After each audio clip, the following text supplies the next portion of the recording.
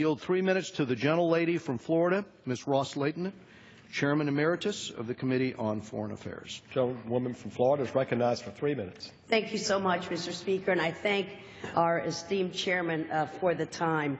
This resolution, Mr. Speaker, will not undo the damage that has been done at the Security Council, but it sends an important message to the world that the United States Congress resoundingly and in a strong bipartisan manner disapproves of the vote taken on Resolution 2334. And it sends a warning to the nations that will gather in Paris next week to discuss the peace process that there will be repercussions if there is a move to introduce a parameters resolution before the 20th in an effort to further isolate Israel.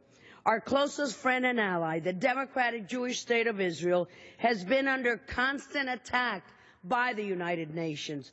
Abu Mazen and the Palestinians have pushed a campaign to delegitimize the Jewish state, to undermine the peace process, to achieve unilateral statehood recognition. We've seen it this year at UNESCO, where that sham of an institution voted on several occasions to deny and distance Jewish and Christian historical and cultural ties to Jerusalem. We've seen it at the Human Rights Council, where Israel is constantly demonized and falsely accused of human rights violations, while the real abusers of human rights go unpunished because that body has utterly failed to uphold its mandate. This is a body that allows the worst abusers of human rights, like Cuba, Venezuela, and China, to actually sit in judgment of human rights worldwide. What a pathetic joke. Yet the only thing they can agree on is to attack Israel, the only democracy in the Middle East, and the only place in the region where human rights are protected. We've seen this scheme to delegitimize Israel at the General Assembly, where in its closing legislative session, the General Assembly passed 20 anti-Israel resolutions and only 4 combined for the entire world. These institutions have no credibility, and now we have the unfortunate circumstance of the White House deciding to abstain from this anti-Israel one-sided resolution at the Security Council.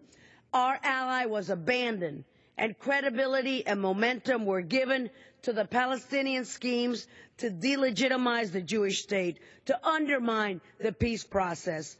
And while the damage has been done, Mr. Speaker, by this act of cowardice at the Security Council, we will have an opportunity to reverse that damage.